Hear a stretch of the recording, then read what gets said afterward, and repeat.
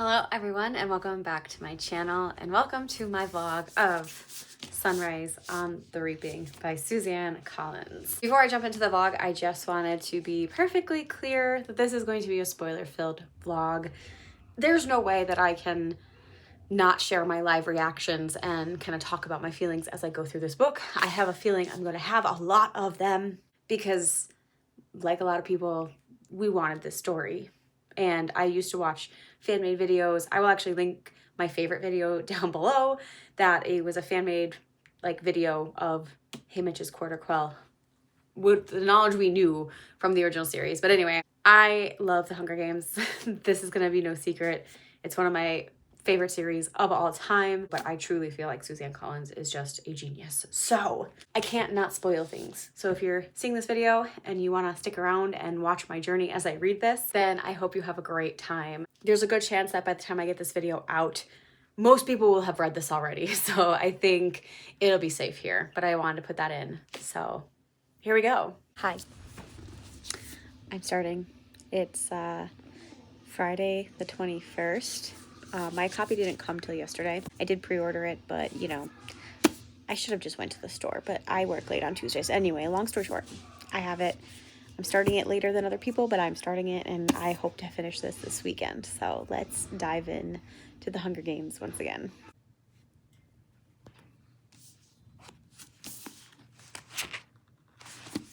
Hi friends. So I didn't get very far last night. I think the first part is that I didn't start really reading until 8:45, and I go to bed at 9. So I was getting really tired, and then at one point my brain couldn't just process because I wanted to keep reading, but I'm just sluggish.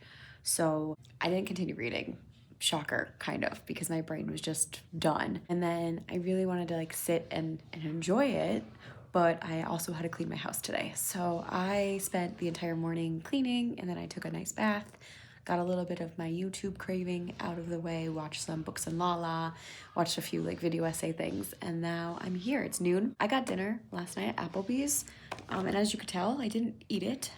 My husband decided to order 3 appetizers. One was his meal and the other 2 to split, and I'm like, who do you think I am? I never eat this much food, and I didn't. I think I took 2 bites of my actual dinner because I did not know he was ordering all those appetizers. So I'm gonna enjoy it now. I got a shrimp bowl, and I'm gonna read a little bit. So I got my sparkling water, purple, to match the book cover, and we are spending the rest of the afternoon until we go to dinner tonight reading. So I can't wait, but I just wanted to say my initial thoughts. First chapter, it was kind of weird being back in this world, even though it wasn't that long ago since I've been in it, 2020, but also that was a lifetime ago too. So either way, I felt a little disoriented, and then it also was oh my God, look at all these names that are familiar, but it also makes more sense because we're only 25 years now apart from Katniss's story to here, and Haymitch could be Katniss's parents, which makes a lot of sense because of who's being introduced in the first chapter. So there's a lot of information, and then that little twist at the end of chapter 1 where he wasn't actually picked was kind of mind-blowing, and I like it, and it shows his character really well. But now I gotta go finish the next chapter because I need to know more. So let's go. Why did I have hope of Haymitch's partnership with Luella? Why? Again, I know how this ends, right? But we don't know all the details leading up because Haymitch doesn't talk about it in The Hunger Games. So I'm already not okay. I'm very upset, but when they fell, I just knew it was going to happen. Oh, God. If this is just the start, what's coming, Anyway, Haymitch just saying that Luella is his one and only sweetheart makes me want to cry again, knowing that he ends up calling Katniss that later on. Please, my soul is not ready. I'm on page 90, and I just know it's just going to get worse from here. So it's 7:30 in the morning. I had a couple cleaning house things, laundry to finish up, and I was like, fuck it, I can't stop reading this, so I bought the audiobook on Libro as well. So now I'm listening to the audiobook, and I just finished part 1. And what the fuck? Like, we know from the original series that Snow is vicious, and we kind of saw like his like mind like getting to that in Songbirds and Snakes, but like not Luella. Stop. Oh, I got like fucking chills of like fear. Oh no. I'm Oh, I hate everything. I'm gonna hate this book. I'm gonna lose my mind. Okay. I have to get going. Don't mind me because this is what I slept like. So I haven't showered yet, but I can't stop. I have to keep reading and listening. Like, oh no. Suzanne Collins really knows how to end a chapter. Like, to keep you wanting to read. Even when things aren't like intense, she does something that it's like, how am I supposed to go shower and get ready for my day now because that just happened? So, whatever Snow was up to, I mean, again, it takes a master to be able to do a prequel with like how we know the story ends in order to be invested. But again, so devilish to have Lenore call Haymitch. Oh God, my heart is not gonna be able to take this, guys. I can't. Okay, I have to go shower, but like I don't want to stop, but I have to right now because I have to leave. Oh my God, help. Something clever or rhyming or catchy, but not crude. This is a family show. Just a reminder of how the Capitol sees the games. Man, how like this line is just sums it up. I absolutely love Maisie dragging Drusilla at every second she can get because we know that the odds are not in her favor. So like, fuck it up, Maisie. Tell Drusilla what's up. I feel like there should be a warning on this audiobook that you should not listen and drive because I very rarely get like super affected by things when I read, and oh, that scene just got me with Ampert. Oh God, I'm happy I'm actually gonna go get some fresh air. I'm gonna go for a walk with my friend because I think I need a minute to breathe because it just hurt. Because you just know that Beatty knew this was going to happen. Like, he knew his son was not going to make it out. But the fact that they had to do it in such a fucking vicious way. That hurt. I'm not a mom, you know, like I'm not a human mom, but like I work with so many kids and like, I don't know, I just have, I guess, so much empathy too that like anytime it's like kid stuff, especially with their parents and like, you know how BT is later, it's just hurtful, you know? And it just also thinks too of like, I'm kind of picking up the pieces here of like how Mags is now 25 years in the past from the Hunger Games and how Wyrus is and Beatty is. And then you think about how they are later in the 75th Hunger Games and Catching Fire. And you're like, what did the Capitol do to beat them into submission so easily? And you're like, oh, this is it. So I feel like we still I don't know what's going to happen to Mags and Wyrus, but like Beatty just breaks me, and Ampert's death just hurt my soul so fucking much. So I'm gonna go now and go take some breather and go walk with my friend. Okay, that's all.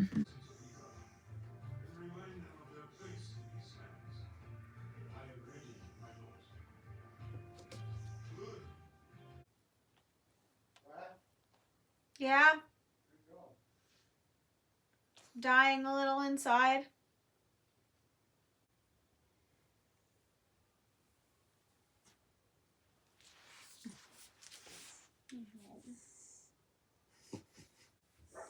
What the fuck? What is happening? I am not well. Hello, friends. It is time to talk about my final thoughts for Sunrise on the Reaping. So it took me technically 4 days to finish it, but like I really flew through this book in the amount of time that I was actually reading, which is very rare for me these days. I'm not gonna lie. I have a hard time, especially physically reading anymore, to get absorbed into the book. So the fact that I mostly read this physically was a good sign for my attention span. That aside, this book was excellent. And I'm not just saying that because I'm a Suzanne Collins stan. I really think she just knows how to write well. She knows how to convey the themes and the messages in her books extremely well. And I strongly believe she only writes a book when she has something more to say about a certain topic, often about the way governments are run. Now, it's interesting because since I finished it, I have watched and read a few reviews and deep dives and stuff like that. And I find it so interesting, not just reading those, but talking to my friends, how many of them have not read The Ballad of Songbirds and Snakes. And I think on a surface level, I get it. We don't want to follow Snow, Hunger Games was so impactful and powerful, but it was also deeper than that. It wasn't just the characters and their experiences and the plot.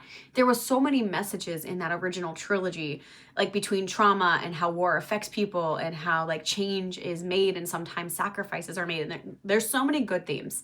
I can go on and on about the original trilogy. I have before, so I'm not going to do that here. But I think it's an injustice not to try to read Songbirds and Snakes because the commentary in that book is just as good.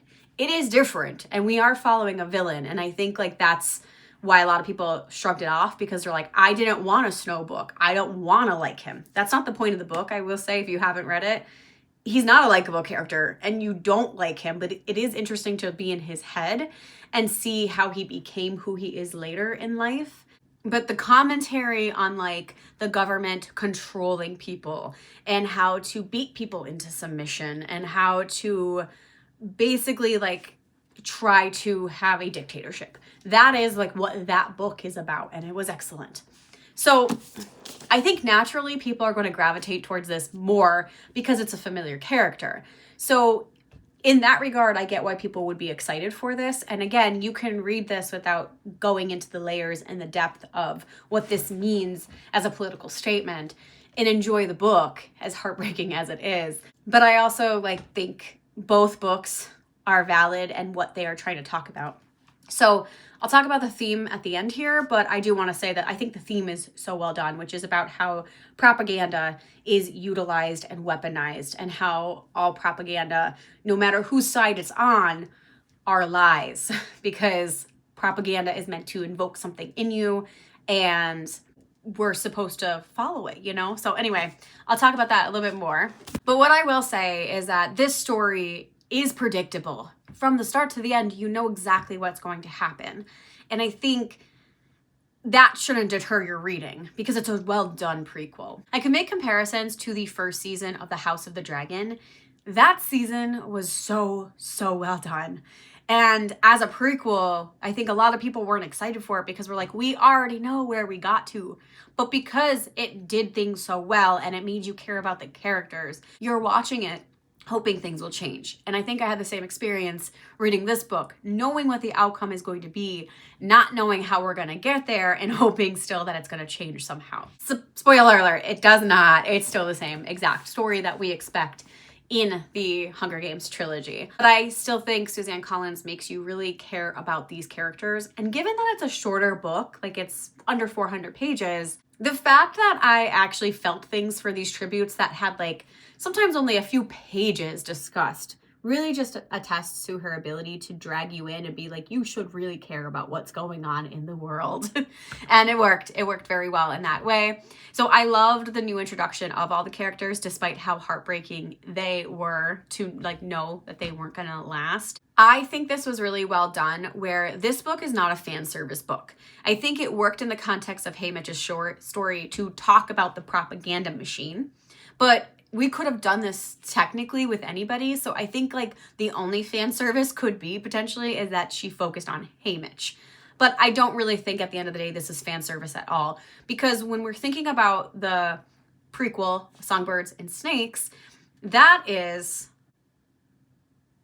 64 years from that book, right? The 10th Hunger Games to the 74th when we meet Katniss. So for the most part, there are places that are the same, but 64 years is a long time.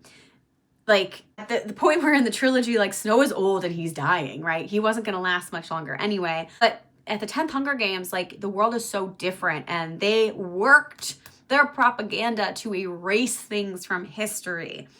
So we don't have references. Like there was no fan service in Songbirds and Snakes at all, because like none of these people existed yet. But now we're in Haymitch's timeline, which is the 50th Hunger Games. We have people who are Haymitch's age. Like Haymitch is Katniss's parents' age. They were all friends together. So there was nothing about like fan service when they're there, because we're back in the districts, we're back in the seam, and we have all these people that are going to be crucial people come the 74th to 75th Hunger Games. And I think that makes a lot of sense in the context. So like when they were name dropping Katniss's parents, and they had some minor references to things that we see in 24 years, like the Mockingjay pin, like the origin of that, like all of that is meant to serve a purpose. Like it's meant to bridge the books, right? So it's not like it doesn't come out of nowhere. It doesn't feel like it's bogging down the plot by any means. It's meant to serve the plot. And I really appreciated that. Like there could have been a number of things that were fan service, but nothing was. We just get an introduction to all the characters we're going to meet later. And on that note, it's extremely heartbreaking to see where these people were just 25 years earlier, because we meet all of these people when like they're trying to continue the rebellion, but they've been beaten down so bad. And I think Catching Fire is just 100 times more impactful after getting this book now, because you see all these broken characters in the 75th Hunger Games, like YRS and BT and Mags, and you don't know what happened. You assumed that the government did some bad shit to them, but you get like pretty much why the government did bad shit to them. Like, they were all responsible for an attempt at a new rebellion in the 50th Hunger Games, and they were punished accordingly. So I'm happy that Mags and YRS's stories weren't like detailed, like what exactly happened to them. We just infer that they were tortured, and YRS has like, you know, her brain now might have damage. Mags is mute now. We don't know what happened, but you know exactly why it happened. Similar to Haymitch, like you just know why he's so broken and why he's trying to do his best, but it hurts him because he literally lost everybody because of his indiscretions. He made an active choice to try to say fuck you to the government, but the government controlled the narrative and nobody saw his defiance. So he just comes off as an asshole in the games and then comes home to all of his family dead. So his mom and brother, they say that it's a horrible accident. They die in a fire. His beloved Lenore Dove, his girlfriend, she dies because she's poisoned. And they say they believe she had appendicitis and that ruptured. We all know it's lies, but like, again, the propaganda machine was so strong. And I think that's why the theme of this works, coming back to the theme, is that yes, it is hit over your head, I'm not going to lie, but that's kind of the point, because that's how propaganda works. It is always in your face. It's always feeding you information. It wants to convert you. It works most of the time. Like, yes, there are people who are going to think critically and they're going to question things and they're going to fight. And some of those people are going to be punished for it, whereas others may not ever get a chance to speak up because of the fear that they have. So at the end of the day, the propaganda works. And we see the differences between the propaganda in the districts, like the sayings that there's like no peacekeepers, no peace, meaning that like the peacekeepers are keeping things tidy and organized, right? But in the capital, there's, you know, no Hunger Games, no peace. So propaganda is different depending on who you are appealing to. And again, controlling the narrative can be so important to changing or not changing things. And that was what Snow excelled in. You saw that in his own origin story of how he changed the narrative, how he got people to be interested in the Hunger Games and make it a spectacle. And you see it in the Hunger Games where Plutarch is making propaganda for the Mockingjay. Suzanne Collins' first little epitaph is from George Orwell, and it says, "All propaganda is lies, even when one is telling the truth. I don't think this matters so long as one knows what one is doing and why." And I think as the first epitaph, it just hones in the point of this book. So I could probably go on and on and on. I could go on so much. Like I would never consider myself a critical reader until I come to the Hunger Games and I'm like, wow, I feel like I'm so smart. But there's just so much to unpack, and I guarantee there are things that I want to talk about that I'm not going to remember right now because I'm just venting my thoughts. This is not scripted. This is just me talking off the top of my head of just all the things that I really loved about this book. And overall, again, proving why Suzanne Collins is a master at her craft. She writes books when she has something to say. The books come out at timely and given Songbirds and Snakes and Sunrise on the Reaping, I maybe wonder, I might want to look into some research to figure out what was going on in the political climate of the United States when the Hunger Games came out. I'm kind of interested now. But the other two books came out during times where things were really, really amping up in the United States. 2020, The Songbirds and Snakes came out. And I remember reading that book and having to put it down a couple times because things paralleled our current times like way too like similarly. It was very scary, the fact that like she was writing these things at least a year before this book came out, and then as I'm reading it and I'm watching the news and these things are happening in real life, you're like, holy cow. And then similarly, now where we're at with the United States political climate and this book comes out, I think the message is pretty clear and I love her for it. I'm going to wrap up my thoughts here for now. I could go on. So I don't know, guys, if you maybe I don't know if I want to do a live show necessarily, but maybe that would be fun. If you guys also read this book and want to talk about it more, maybe I can schedule a live show in the next week or two and we can have more of a group discussion. I love talking about the Hunger Games. If you can't tell, I think at this point I could say it's my favorite series of all time. It's just so good and it never gets old. There's nothing stale about it ever, no matter how many times I reread it. So that's my thoughts.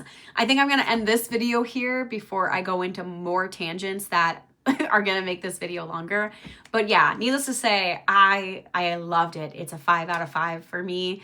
And I am so happy that I was able to think critically, to engage with the story in a timely fashion, and just be existing in one bright spot, exist in a timeline where this is coming out now and I can enjoy it. So that's my thoughts on Sunrise on the Reaping.